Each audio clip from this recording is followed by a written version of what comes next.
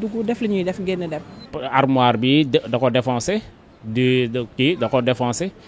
ba xool kii jël na fa aussi quelques montants un peu signifiants. bu ñu xëyee gis ñu def leen ni dafa metti lu metti la lu ñu ñaawlu sax. ñoom bi ñu ñëwee déjà fii d'abord dañ ko nëbboon seen kii bi benn carton lañ fa nëbboon pour image yi bañ a fa pour ñu mun a accès voilà caméra bi mais avant mu kii normalement. caméra bi ci nekk ci biir war na leen gis mais woo naa sama technicien bi boo xam ne ku monté woon caméra bi pour mu xool ñëw actuellement même il est en route pour xool maanaam les faits.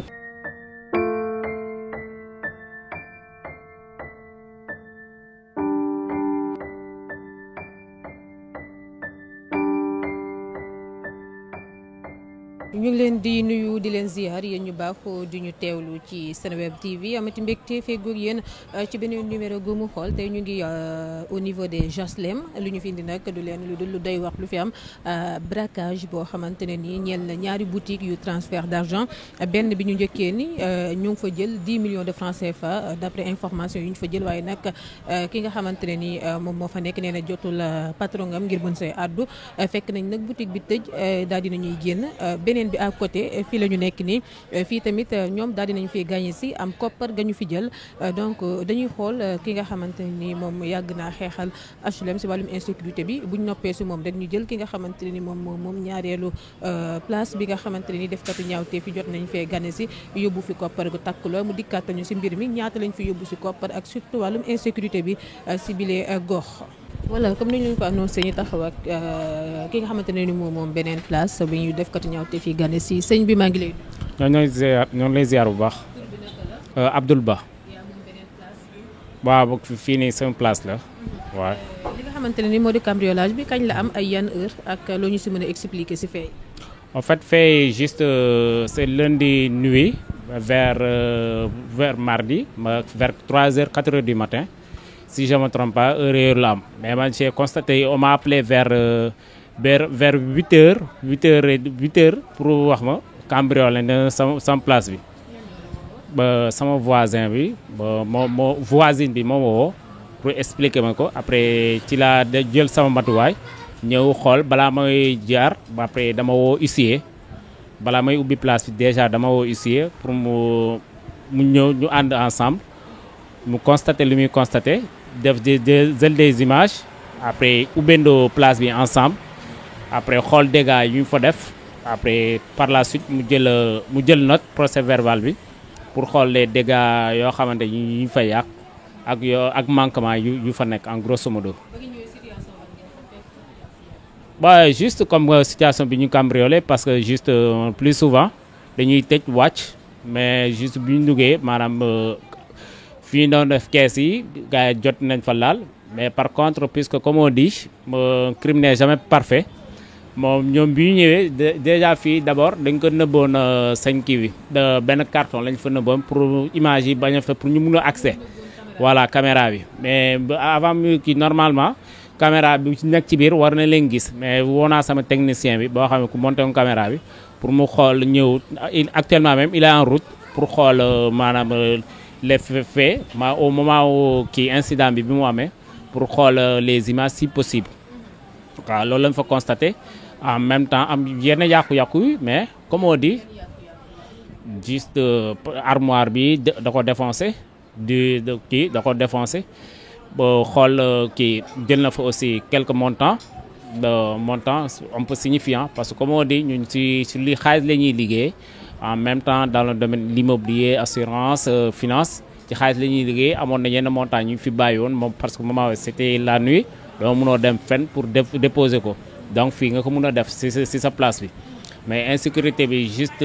bi ñuy déplorer waaye c'est une valeur de 670 000 loolu lañ fa jël mais à part le montant jëluñu fa leneen lu dul loolu parce que xaalis moo lañ taxoon jug xaalis jël nañ ko dem nañ mais bon c'est ça à part ça quoi man personnellement quoi si bureau bi waaye dañ ko défoncer parce que juste li moo ngi nii gars yi xaw ma seen système bi ñuy def doo xam comment faire sax ndax seen produit la ñuy utiliser wala genre laser la ñuy utiliser dajji carnard yi parce que y avait 2 carnards mais jusque beneen carnage bi moom gisuma parce que xam naa peut-être ñoom ñoo ko yóbbu mais quand il y avait 2 carnards devant boo xam ne dañ ko tëjoon normalement mais dañ ko kii seen pexe lañ ko dindee waaye.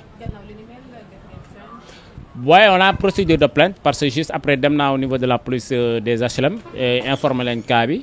ñu wax ma dans un premier temps foog nga def constat ma wax la effectivement balaa ma fi ñëw def naa constat mais maa ngi xaar procès verbal bi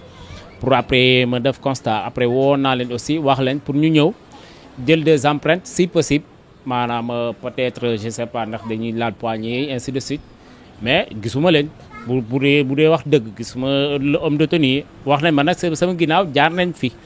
Mais peut-être juste pour avoir des questions et ainsi de suite. Mais par rapport pour plus scientifique bi pour def kii bi par empreinte yi gisuma leen parce que loolu aussi yaakaar naa bokk na jumtukaay yoo xam ne peut-être war na leen mën a gaaw retrouver si possible ou bien ñoom ñu def seen par rapport seen enquête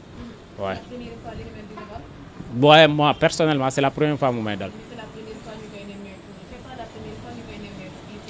Non, zone bi le plus souvent il y a des insécurités. Le plus souvent il y a des insécurités par rapport à zone bi waaw loolu moom am na parce que juste certes si des voies principales la ñu nekk des fois insécurité yi da ngay dox wàcc gars yi ñu këf sa sac wala këf sa téléphone ainsi de suite le plus souvent ay heures timis ainsi de suite lay faral di am zone bi moom le plus souvent insécurité bi ça règne quoi waay bon juste ñu gën a sécuriser maanaam zone bi ak dëkk bi loolu appel boobu la ñuy laaj comme on dit la sécurité totale yàlla rek moo ko mën a aar mais aussi les autorités les populations mun nañ ci war nañ ci mën a veiller boo xamante ne insécurité bi dina wàññeeku waaw loolu la ñuy lancer daal pour l'environnement pour aussi le quartier pour la zone et puis pour tout ainsi de suite voilà. Moussa ñu ngi lay nuyu. ñu ngi lay fay waa Seneweb la Moussa Sow la ñu gën ma xamee Teuss le maire de la rue Sentinelle ñu ngi dëkk HLM màggee HLM di yeewoo HLM ñëwoon nag dégg benn mbir boo xam ne nag vraiment ça nous tient à cœur lu jëm si insécurité bu am si au niveau des HLM. nga yàgg a xeexal HLM si wàllum insécurité bi donc loolu kenn dootu ko wax ñu gis tout récemment bu yàggul dara ñu jot fee cambriolé ñaari boutique yoo xamante ne benn bi jot nee nañ yóbbu nañ fi 10 millions beneen bi xamaguñu danañu gis les propriétaires bi ngir gën seen ay information loolu ñu mën a wax si mbir mi ni mel. waaw déjà rek bu si jiitu du masaw ñu tiis bi dal seen kaw ndogal bi mu nekk nag lu ñuy mettitlu parce que képp kuy HLM waa rek soo déggee lii rek da ngay am pincement de cœur. wante dafa am ay responsabilités yoo xam ne foog ñu situer ko parce que déjà nit ki mënul ñëw ci quartier bi lu toll ni tijji fi loo xam ne multiservice la pour population mën fa am accès mën a régler yu bari wante à notre grande surprise mu wàcc liggéey ñëw ñu dajji à son ci ginnaawam ñu dajji magasin boutique am dafa nekk loo xam ne dañ koy ñaawlu mais nag loolu su amee nag dafa fekk sécurité bi moo manqué.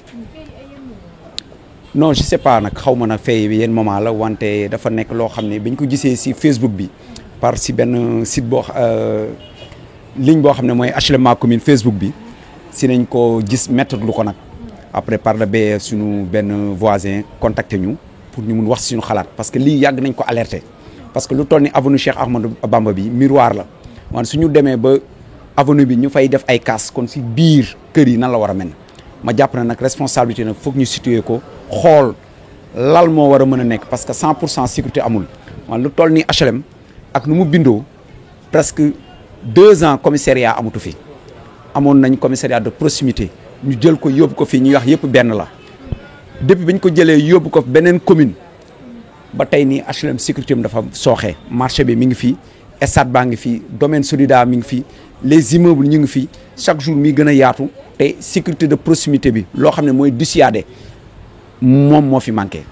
man loolu moom dafa nekk loo xam ne mooy profité ci seen site bi du lancer appel à nos autorités particulièrement le ministre de l'intérieur ak le maire de la commune ñu rédiger benn espace woo autorités yi ñu ñëw defaral ñu commissariat parce que HLM am na ko sur les 19 communes ñun am nañ espace boo xam ne war na mën a abriter commissariat wante chaque jour li ñuy wax ne les parents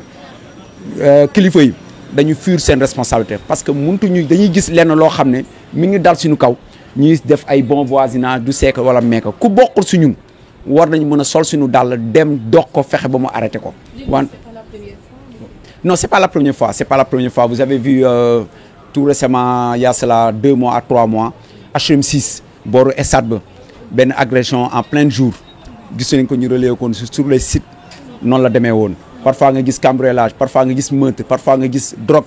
HLM nekk sur liste rouge. Kon nak ñun ñu fi dëkk du woté HLM. Ñun ñoo wara tok waxtaan ségg lo xamné bokku ci ñun pour ëlëk mu baña dal suñu kaw. Waay.